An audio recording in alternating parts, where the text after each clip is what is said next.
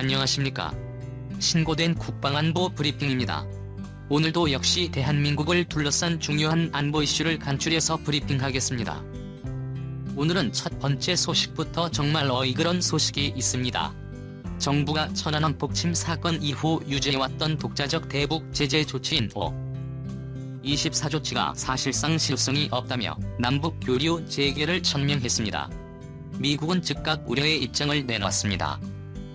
우리 장병만 7명의 귀중한 목숨을 앗아간 초대형 도발이었던 천안 한폭침 도발, 그리고 민간인과 인과관계 박왕자씨를 조준, 사살한 사건 등에 대해서 북한이 그 어떤 사과도 하지 않은 가운데 정부가 한국 정부의 독자적 대북 제재 조치인 24조치 해제와 대북 교류를 추진하고 있어서 비판이 일고 있습니다. 서상기 통일부 대변인은 20일 정례 브리핑에서 24조치는 역대 정부를 거치며 유연화 예외 조치를 거쳐왔으며 그 실효성이 사실상 상당 부분 상실됐기 때문에 남북 간 교류 협력을 추진하는 데 있어 더 이상 장애가 되지 않는다라고 밝혔습니다. 이 대변인은 앞으로 정부는 남북 관계의 공간을 확대하고 한반도의 실질적 평화를 구축하기 위한 노력을 지속해 나갈 것이라며 한국 정부가 독자적인 대북 교류 협력 재개 의지를 내비쳤습니다. 통일부는 시한 만료로 폐기된 남북교류협력법 개정안도 다시 국회에 내놨습니다. 남북 교류를 제한할 때 반드시 국무회의 심의를 거치도록 하는 내용을 골자로 하는데 대통령이 임의적으로 남북 교류를 막지 못하도록 하는 장치라는 지적 때문에 20대 국회에서 야당 반대로 통과되지 못했던 법안입니다. 정부가 이런 움직임을 보이자 미국은 즉각 국무부 대변인 성명을 통해 남북협력은 지지하지만 남북협력은 반드시 북한 비핵화의 진전과 보조를 맞춰야 한다라며 우려의 목소리를 내놨습니다. 이 때문에 한국 정부의 독자적 대북협력 사업 추진이 자칫 세컨더리 보이콧은 국제사회의 제재 대상이 될 수도 있다는 우려가 커지고 있습니다. 참 안타깝습니다. 지난 2010년 천안 한폭침 그리고 박왕자씨 피살 사건, 이런 일련의 북한의 해서는 안 될 짓들로 인해서 당시 이명박 정부가 여기에 대한 책임 있는 조치 사과 없이는 남북 교류 협력 없다라는 조치 상황이 바로 5.24조치죠. 그런데 그동안 북한은 여기에 대해서 우리 대한민국의 자작극이다, 이런 이야기를 하면서 오히려 남남 갈등을 유발해오는 그런 하나의 아이템으로 써왔었습니다. 그런데 지금 우리 통일부 대변인이 그건 사실은 역대 정부, 그러니까 박근혜 정부, 문재인 정부 들어오면서 조금 유연하게 조치하고 했으니까 사실 그렇다고 해서 북한이 10년 전 일을 지금 사과할 일도 없으니까 그냥 이거는 없는 걸로 한다라는 선언을 한 것이죠. 실질적인 5.24조치 폐기 선언입니다. 이래서야 되겠습니까? 그래서 이런 부분에 대해서, 그리고 북한의 천안 한폭침이나 피살 사건 등에 대한 책임 있는 사과 인정, 이런 것 없이 이제 남북 교류 협력을 하겠다는 것인데 지금 남북 교류 협력할 수 있는 상황이 아니지 않습니까? 어떤 상황이냐? 바로 유엔 제재가 들어가 있고 그 유엔 제재보다 한 단계 더 고강도의 미국의 독자적인 대북 제재가 있습니다.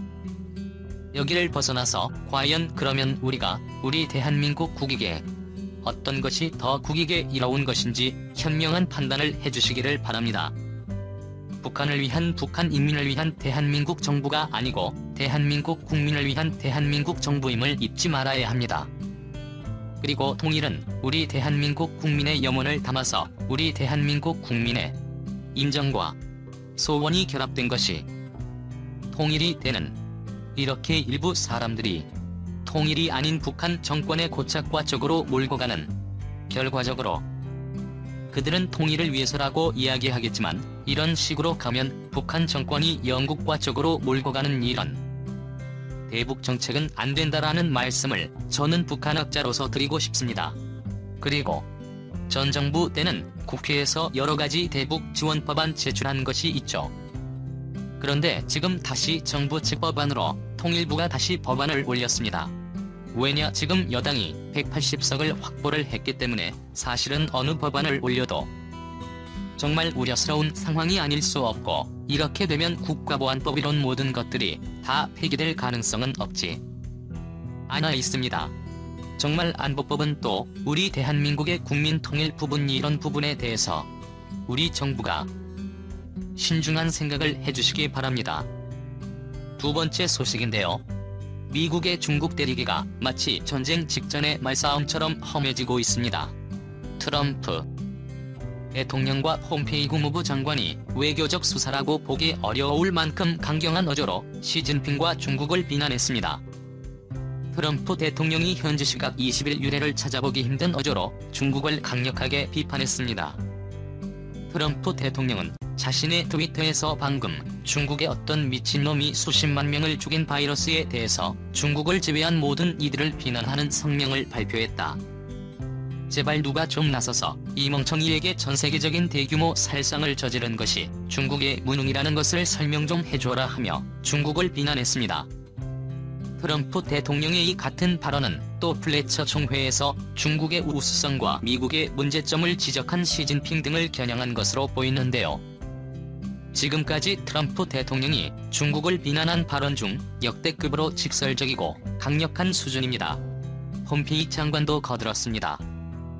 같은 날 언론 브리핑에서 중국은 악랄한 독재 정권이라며 시진핑이 총회에서 앞으로 2년간 20억 달러의 국제 지원을 약속했는데 그들이 전 세계의 인적 물적 피해에 비하면 보잘것없는 돈이라고 비난했습니다. 폼페이 장관은 또 전 세계적으로 30만 명이 미국에서만 9만 명이 죽었다. 중국의 대응 실패로 전 세계에 부과된 비용은 우리 추산으로 9조 달러 이상이라며 시진핑은 중국이 공개적이고 투명하며 책임지는 태도를 보여왔다고 하는데 정말 그랬으면 좋았을 것이다라며 시진핑에 대한 공개적인 비판도 이어갔습니다. 폼페이 장관은 중국은 1949년부터 악랄한 독재 정권 공산주의 정권에 의한 통치가 되었다라며 우리는 베이징이 얼마나 이념적으로 그리고 정치적으로 자유주의 국가들에 대해 적대적인지 매우 과소평가했지만 이번 바이러스 사태를 계기로 전 세계가 눈을 뜨고 있다. 라며 중국의 위협에 대응하기 위한 전 세계적인 연대의 필요성도 제기했습니다. 2017년에 트럼프 대통령이 김정은을 향해서 미친 게 뭐 이런 소리 했었는데 거의 뭐 그것에 버금가는 그런 소리 했습니다. 미친놈 또라이 이런 멍청이 얼간이약 먹었나 이런 얘기를 했습니다. 해석에 따라서 그렇게 가까워질 수 있는 그런 단어들인데요. 제가 그 단어를 직접 언급하면 이 글을 필터링이 끌려서 제재를 받을까봐 직접 언급은 못하겠습니다. 그렇습니다. 말 시진핑의 연설에 대해서 트럼프 대통령이 분노의 일가를 완전히 필터 제재하고 그냥 나온 대로 그냥 쏟아 부었습니다. 또 나오는 대로 쏟아 부어도 될 만큼 된다라는 그런 판단을 한 것이죠. 정치인의 멘트는 결코 정치적 수사가 아닌 그냥 일반적인 이야기 없습니다. 전부 다 정치적으로 고도로 계산된 상황에서 나온 것입니다. 아무리 트럼프 대통령이 선거 없이 그냥 라이브로 한다고 하더라도 그다 순간적으로 계산해서 합니다. 미국 대통령 된 사람이 그거 말실수하지 않습니다. 그래서 지금 이 상황에서는 정치적으로 내가 이 정도 멘트를 날려줘야 내가 정치적으로 유리하다라는 판단을 한 것입니다. 미국 국민들이 이걸 요구하고 있단 말이죠. 이 정도 강경한 입장을 요구하고 있다는 판단을 하니까 이런 말을 하는 겁니다. 이제 정말 미국과 중국의 감정적인 대립을 넘어서 실질적인 충돌로 이어질 가능성이 있다. 물론 그 실질적인 충돌은 무역 외교적 뭐 여러 가지가 있겠지만 마지막 단계는 군사적인 충돌이 있겠지만 그 군사적 충돌로는 가지 않으려 하겠죠. 누구든지 그러나 군사적 충돌로 가기 전까지 그 모든 단계에서 이제 미국은 중국을 해체하기 위해서 작업을 할 것이다. 이 정도 지금 나갔으니까 시진핑 주석을 향해서 미친놈, 나쁜 놈 이상도 했으며 다 끝난 거 아니겠습니까? 그리고 보좌관들이 지금 20억 달러 1년에 20억 달러 내겠다고 하는데 그게 지금 푼도 아니냐. 20억 달러 해봐야 우리 돈으로 2조 5천억 원 되죠. 그런데 지금 장관은 이들이 끼친 돈은 일경이나 일영구런데 무슨 2조 원 그건 딱 걸렸고 가냐. 웃기는 소리. 그래서 전국제사회가 나서서 빼앗아야 이런 호소를 하는 것입니다. 정말 기추가 주목되고 기대가 됩니다. 왜 우리도 더 많은 피해를 받지 않습니까? 정말 저도 해외여행도 가고 싶고 또 국회의원도 가고 싶고 또 좋은 곳에 가서 맛있는 것도 먹고 싶고 아이들하고 영화도 보고 싶습니다. 그런데 그 어떤 것도 가지 못하고 있습니다.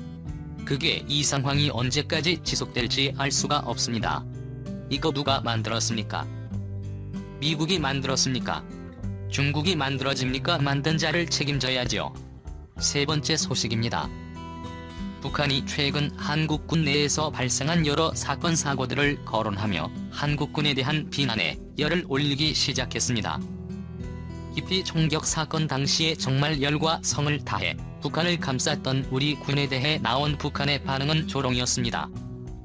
북한 대외선전 매체 메아리는 21일 오합지졸물이라는 기사를 통해 예로부터 규율이 없고 무질서한 병졸들 또는 그 무리를 까마귀 떼처럼 모인 병졸이라는 뜻으로 오합지 졸이라고 했는데 신통하게도 예 꼭 어울리는 군대 아닌 군대가 바로 남조선군이라고 조롱했습니다.